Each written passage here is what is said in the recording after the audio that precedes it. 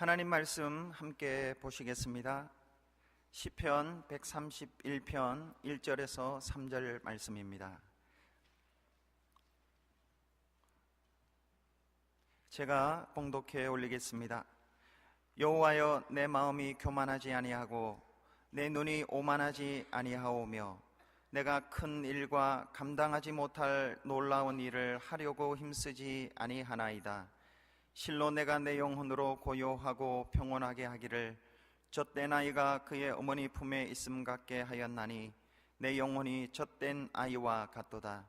이스라엘아, 지금부터 영원까지 여호와를 바랄지어다. 우리에게 주시는 하나님 말씀입니다. 성가대 오늘 은혜 많이 받았습니다. 오늘 오신 모든 분들이 빠른 세상 살 동안 우리를 인도하시는 그 주님 오늘 꼭 만나고 그 주님의 이끌림 받는 저와 여러분 되기를 바랍니다. 2011년에 써니라는 영화가 나왔습니다. 이 영화는 1980년대 여고생, 여자 고등학생 7명이 칠공주 서클이라는 이야기로 시작이 됩니다. 그리고 영화는 25년을 도약합니다. 모두가 40대 중년이 됩니다. 칠공주 중에 리더격이었던 하춘하라는 이 여인이 병원에서 말기암으로 세상을 죽어가고 있습니다. 그녀의 마지막 소원은 지난날 옛날 칠공주 동창들의 얼굴을 한번 다시 보고 죽는 것이었습니다. 그러나 그 소원은 이루어지지 않습니다. 하춘화가 죽고 난 뒤에 그녀의 영정 앞에 비로소 6명의 친구들이 다 모입니다. 그런데 그때 갑자기 한 변호사가 등장합니다. 죽은 하춘화의 유언을 집행하기 위해서, 유언을 읽기 위해서 나타납니다. 죽은 하춘화는 살아있는 동안에 상당한 재산을 가졌던 여성 기업인이었습니다. 그 변호사는 살아있는 자기의 친한 친구들에게 보내는 죽은 친구의 유언을 읽습니다. 그 유언에서 죽은 친구는 어렵게 사는 몇몇 친구들에게 살 집과 사업장을 마련해 줍니다. 보험 영업을 하는 친구에게는 많은 보험을 계약해 줍니다. 술집 작부로 전락한 친구에게는 딸과 함께 살 수 있는 집과 직장을 마련해 줍니다. 문학 소녀를 꿈꿨던 친구를 위해서는 출판사 사장 자리를 넘겨줍니다. 하루하루 어렵게 살면서 노력해도 앞이 보이지 않는 희망을 거의 포기한 채 그럭저럭 하루하루 사는 이 친구들에게 춘하가 준 그 선물들, 뜻하지 않았던, 예상치 못했던 이 선물들은 그 친구들을 너무나 기쁘게 했습니다. 선물은 내가 사랑받고 있구나, 내가 잊혀지지 않고 있구나 라는 것을 가르쳐주며 사람의 마음을 참 기쁘게 합니다.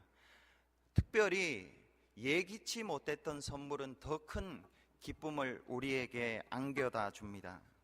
여러분, 그거 아십니까? 하나님이 바로 그런 분이라는 사실을, 우리를 아시고 저와 여러분을 아시고 저와 여러분을 이해하십니다. 저와 여러분을 사랑하십니다. 그래서 예기치 않는 선물을 주시는 분이 저와 여러분이 믿는 하나님이십니다. 우리 삶을 돌아보면 그렇지 않습니까? 지금 살고 있는 우리의 생명과 우리가 가지고 있는 모든 것들, 하나님이 예기치 않게 주신 것들입니다. C.S. 루이스라는 영국의 유명한 신학자요 변증가는 그의 자서전 예기치 않은 기쁨에서 이렇게 고백합니다. 모들린의 방에 혼자 앉아 있을 때 일만 잠시 놓으면 그토록 피하고 싶어 했던 그분이 꾸준히 한치의 양보도 없이 다가오시는 것을 밤마다 느껴야 했던 내 처지를 상상해 보기 바란다. 내가 너무나 두려워했던 그 일이 마침내 일어나고야 말았다. 1929년 여름 학기에 나는 드디어 항복했고 하나님이 하나님이시라는 사실을 인정했으며 무릎을 꿇고 기도했다. 아마 그날 밤의 회심은 온 영국을 통틀어 가장 맥빠진 회심이자 내키지 않는 회심이었을 것이다. 지금은 너무나도 찬란하고 선명해 보이는 그 일이 그 당시 내 눈에는 그렇게 비치지 않았다. 하나님은 얼마나 겸손하신지 이런 조건의 회심자까지 받아주신다. 성경에 나오는 탕자는 그래도 제 발로 집을 찾아갔다. 그러나 끌려가는 와중에도 발길질을 하고 몸부림을 치고 화를 내면서 사방을 두리번거리며 도망갈 기회를 찾는 탕자에게도 하늘의 높은 문을 활짝 열어주시는 그분의 사랑을 그 누가 찬양하지 않으랴. 하나님께서 저와 여러분에게 주시는 가장 예기치 않은 큰 선물은 하나님 자신입니다. 하나님 자신을 계시해 주시는 것입니다. 무신론자였던 C.S. 루이스는 자신이 요청하지도 않았고 동의하지도 않았다 합니다. 그럼에도 몇 번에 걸친 하나님의 예기치 않은 방문 앞에서 참 그리스도인으로 거듭났습니다. 그리고 가장 앞장서서 기독교를 변증하는데 신학과 소설가로 활동했습니다. 하나님은 하나님이 주시는 예기치 않은 선물이 이렇게 인생을 바꾸는 능력이 있습니다. 오늘 성경 본문은 다윗이 상상해서 쓴 것이 아닌 경험을 통해서 쓴 시입니다. 다윗은 이 시를 통해서 하나님의 예기치 못한 선물, 기쁨 받는 방법을 우리에게 소개합니다. 3절에 이스라엘아 지금부터 영원까지 여호와를 바랄지어다. 하나님만을 바라는 것입니다. 포기하지 말고 낙심하지 말고 하나님만을 바라는 것입니다. 하나님께만 희망을 두는 것입니다. 이스라엘 백성들이 모세의 지도하에 출애굽을 합니다. 모세를 따라 인생을 새롭게 살고자 달려갑니다. 그런데 홍해 앞에 왔습니다. 뒤에는 애국 군대가 죽이려고 달려온 인생 앞에 놓인 것은 시온의 대로가 아니라 홍해였습니다. 홍해가 가로막고 있습니다.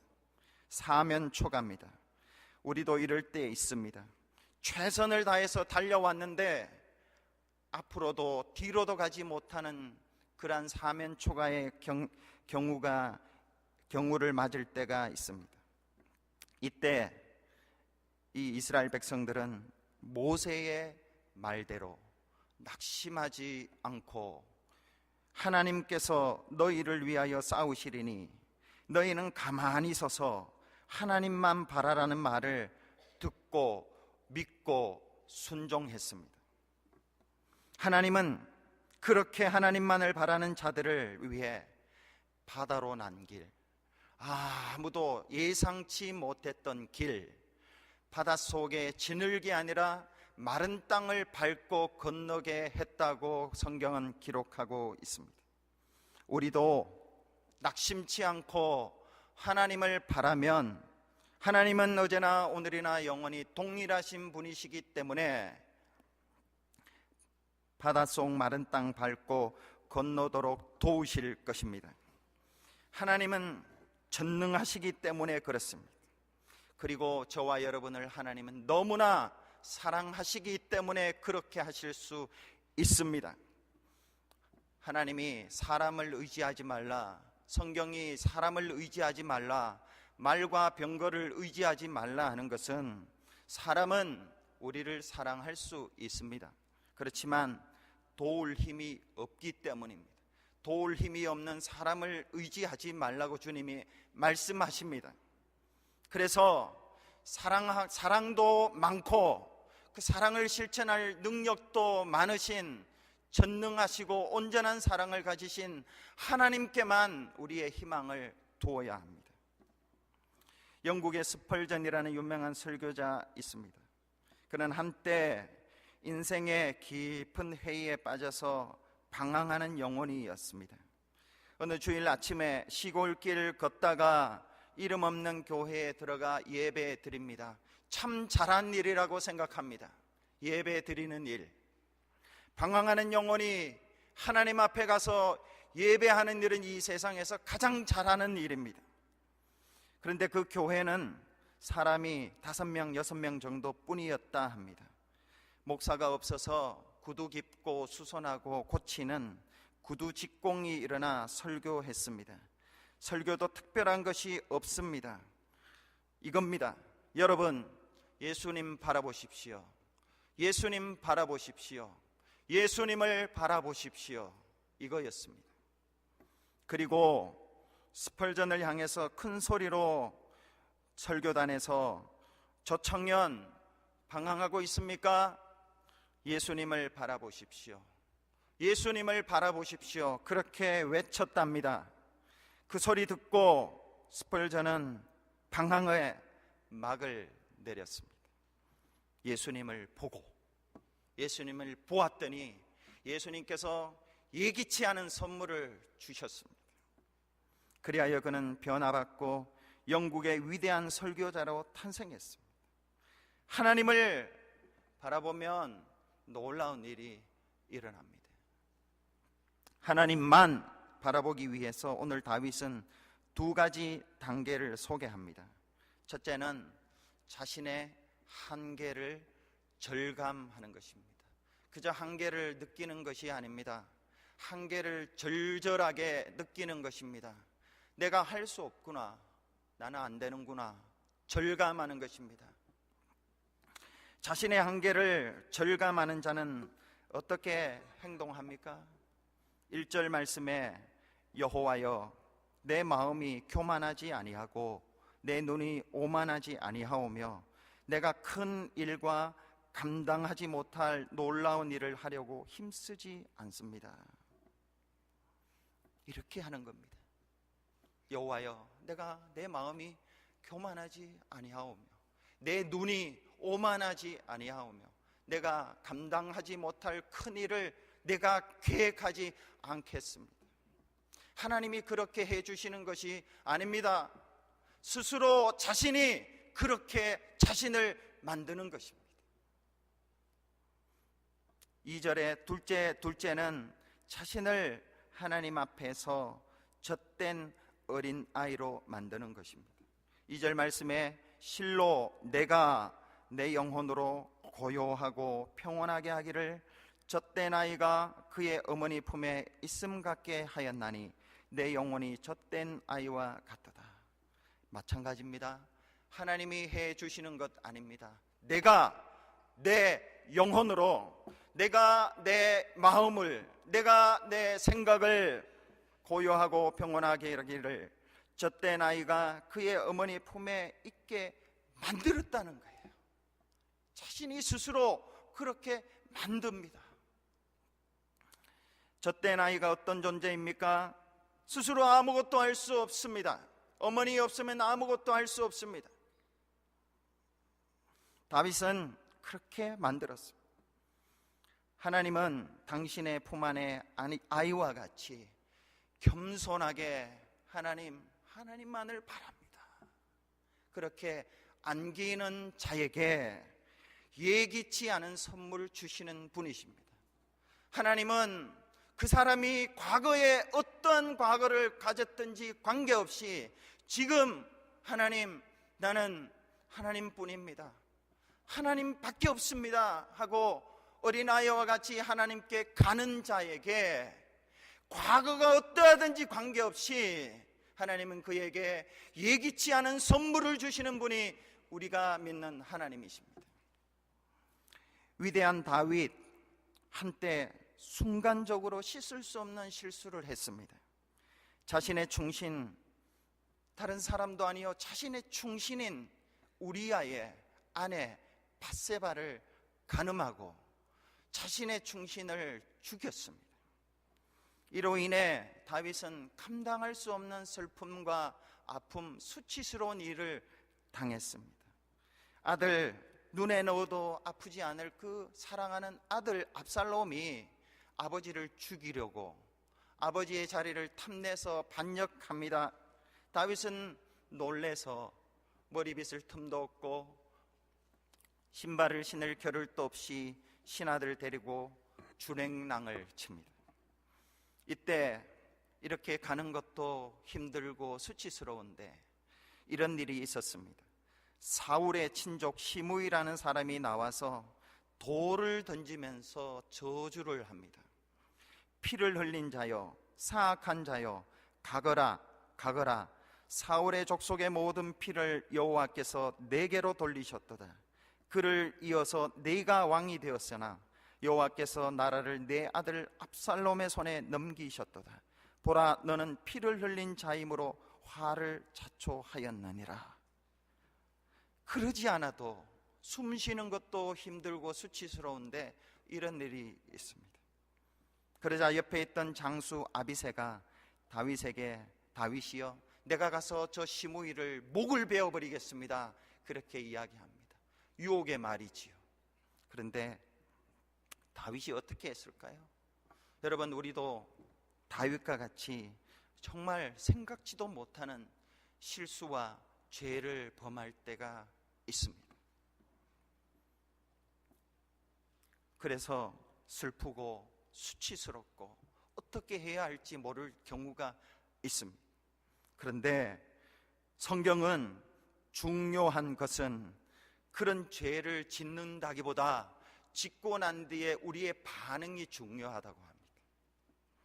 이때 우리가 어떻게 반응을 하는가, 그것이 더 중요하다는 겁니다.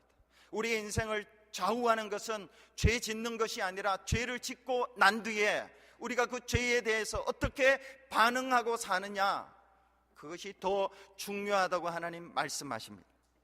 다윗이 어떻게 반응했는지 보면 이렇게 기록하고 있습니다. 너무나 유명하고 감동스러운 말입니다. 왕이 이르되 스루야의 아들들아, 내가 너희와 무슨 상관이 있느냐? 그가 저주하는 것은 여호와께서 그에게 다윗을 저주하라 하심이니 네가 어찌 그리하였느냐 할 자가 누구겠느냐 하고, 또 다윗이 아비새와 모든 신하들에게 이르되 내 몸에서 난 아들도 내 생명을 해하려 하거든 하물며 이 베냐민 사람이랴. 여호와께서 그에게 명령하신 것이니 그가 저주하게 버려두라. 혹시 여호와께서 나의 원통함을 감찰하시리니 오늘 그 저주 때문에 여호와께서 손으로 내게 갚아 주시리라. 다윗은 스스로, 이 본문을 보면 다윗은 스스로 자신의 한계를 찾았고 그 한계를 긋고 그 한계를 넘어서지 않았습니다. 그 한계 속에 머물렀습니다. 스스로 자신을 어머니 품에 있는 젖된 아이와 같이 만들었습니다. 하나님과의 관계를 회복했고 하나님이 하시는 일이다, 하나님이 회복해 주실 거다, 하나님이 하실 때까지 젖된 아이와 같이 그 속에 머물렀습니다. 하나님만 바랬습니다. 여러분, 하나님이 살아계십니다. 그렇게 한 다윗 외면치 않으시고 하나님께서 즉시 다윗을 위해서 일하시는 이야기가 그 뒤에 전개됩니다. 하나님은 후세라는 전략가를 그에게 갑자기 붙여주십니다.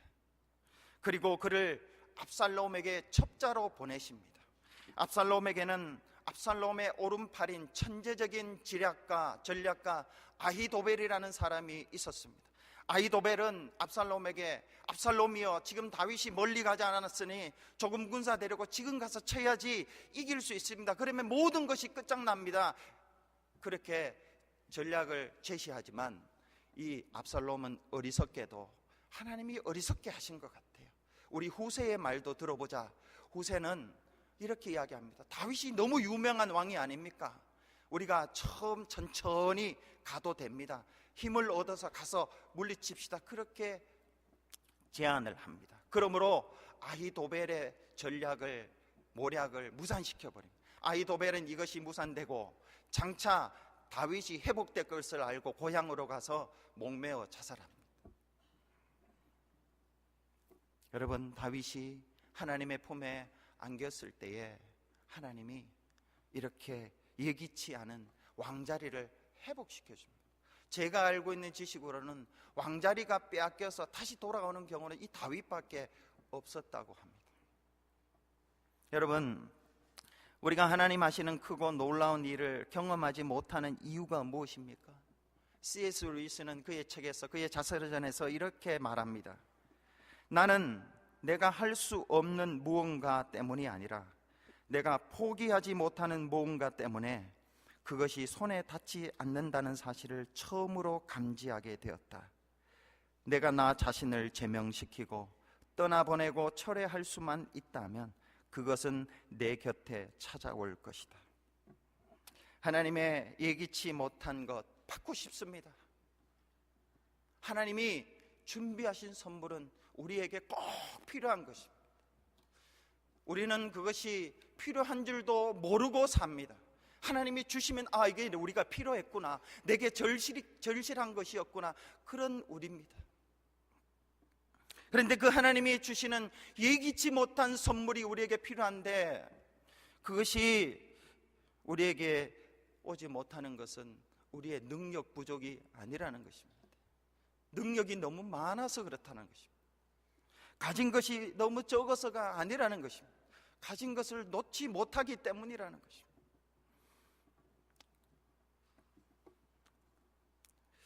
항상 좋은 것 때문에 위대한 것을 맛보지 못하는 것이 저와 여러분입니다. 여러분, the great thing, 위대한 것을 얻는 것에 장애물이 되는 것은 나쁜 것이 아닙니다. 그저 좋은 겁니다.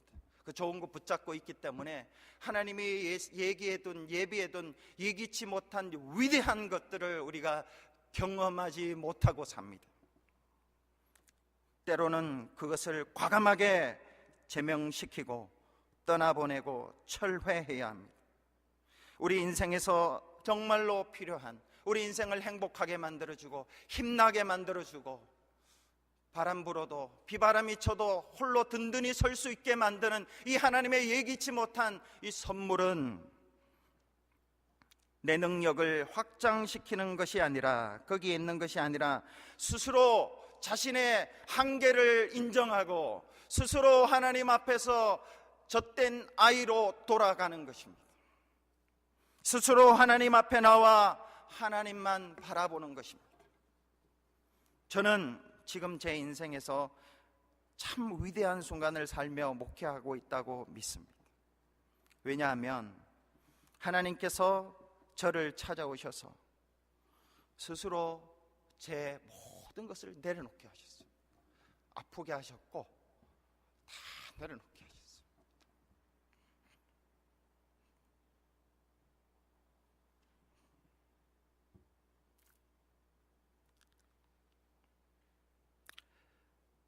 하나님 외에 그들을 다 내려놓게 하시고 하나님만 바라게 하셨어요.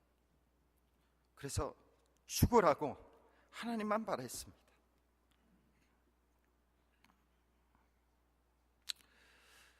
예기치 못한 기쁨과 선물을 주셨습니다. 하나님 주셨어요. 하나님이 저에게 오셨습니다. 그리고 또 필요한 것 주셨습니다.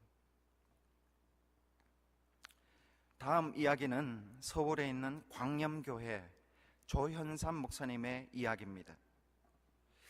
지난 금요일 오후에 한 여집사님에게서 전화를 받았습니다. 꼭 나를 만났으면 좋겠다는 것입니다. 그분은 남편이 일찍 세상을 떠나시고 두 딸을 데리고 어렵게 사는 분입니다. 만난 자리에서 파일을 하나 꺼냈는데 부동산 등기 권리증이었습니다. 수년 전에 사놓은 상가인데 이것을 하나님께 드리겠다는 것입니다. 상가는 7천에서 1억 정도 하는 것인데 지금 보증금 2,500만 원 받고 월 50만 원 세받아 자기들이 생활한다는 것입니다. 그 상가는 언젠가 하나님께 드리기로 서원한 것인데 지금 교회 앞으로 등기하라는 것입니다. 그리고 집 전세금 2,500만 원도 함께 드리겠다며 전세 계약서도 내놓았습니다. 오랜 세월 하나님께 드린 서원에 눌려 지냈음을 알 수 있었습니다. 그동안 경제적으로 아무리 어려웠어도 그 상가는 절대 손댈 수 없었다 합니다. 그러다가 오늘 그 서원 실행키로 결심이 흔들리기 전에 목사님 만나야 하겠기에 바쁜 시간 목사님의 빼앗았다 합니다. 그 집사님 보며 마음이 참 아팠습니다. 남편이 일찍 세상을 떠난 후에 참으로 힘든 세월 사시면서도 하나님께 드린 그 서원의 짐을 벗지 못해 수많은 세월 갈등한 흔적이 느껴졌습니다. 집사님이 집으로 돌아가신 후 교회의 자산관리부장, 구제부장, 사랑의 집 운영부장, 재정부장 등에 연락하여 상황을 말씀드리고 어떻게 할 것인가 의논했습니다. 결론은 그 헌금을 받기로 한 것입니다. 그리고 이어 그 헌금을 곧바로 집행하기로 결정했습니다. 심야 기도회 마친 후 그 여집사님을 비전하우스로 오게 한 후에 집사님이 하나님께 드린 이 전 재산을 교회는 받기로 했습니다. 집사님은 고개를 숙이며 감사하다 합니다. 그리고 집사님, 우리 교회는 매월 잔고 100만 원만 남기고 재정을 다 집행하는 교회인 거 알지요? 집사님께서 교회에 헌금한 이 돈을 교회에 쌓아두지 않고 오늘 이 자리에서 집행하는 것도 우리가 결정했습니다. 이것을 집사님께 하나님이 주시는 선물로 전해드리기로 했습니다. 순간 그 여집사님은 눈이 희둥그레졌습니다.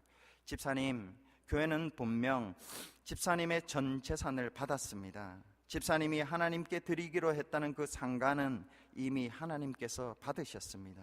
이제 이 상가는 어제의 상가가 아닙니다. 어제의 상가는 하나님께 드리기로 약속했으나 그 약속을 갚지 못하고 내가 차지하고 있었던 상가였습니다. 그러나 오늘 이후 이 상가는 하나님께서 서울 광염교회를 통해 집사님에게 주신 선물입니다.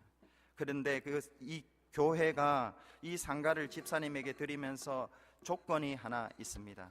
그것은 이 상가는 집사님 가정을 위해서 사용해야 한다는 것입니다. 상가에서 나오는 월세는 집사님의 생활비가 되어야 하고 필요하면 팔아서 아이들 결혼시키는데도 쓰셔야 합니다. 분명한 사실은 이 상가는 하나님께 드리려다 되돌려 받은 상가가 아닙니다. 그 여집사님은 눈물을 흘리며 감격에 차서 감사의 인사를 전합니다. 하나님이 주신 선물을 품에 안은 채 말입니다. 이 결정을 하고 돌아간 분들 모두가 행복한 밤을 맞았습니다. 이 사실을 전해들은 성도들 모두도 행복해 했습니다. 난 참 행복한 교회 담임 목사입니다. 그렇지요, 여러분을 사랑합니다. 서울 광염교회 조현삼 목사님이 쓴 글입니다. 하나님만 바라고 살 때 교회도 하나님만 바라고 교회를 합니다. 그 여집사님도 오직 하나님만 바라고 행동을 했습니다. 그럴 때 하나님이 교회와 그리고 이 여집사님에게 예기치 못한 선물을 풍성하게 주셨습니다. 하나님이 예기치 못한 선물의 능력이 이러합니다. 저는 앞으로 우리 교회가 하나님의 크고 놀라운 역사를 체험하기 바랍니다. 우리 교회가 예기치 못한 하나님의 선물과 기쁨을 많이 받아 누리면 좋겠습니다. 우리가 할 것은 열심히 해야 합니다.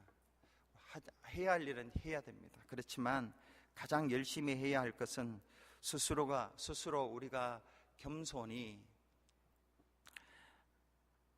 자신을 낮추고 하나님 앞에서 젖된 아이가 되어 이제부터 영원까지 하나님만 바라면 됩니다. 하나님만 바라면 됩니다. 기도하겠습니다.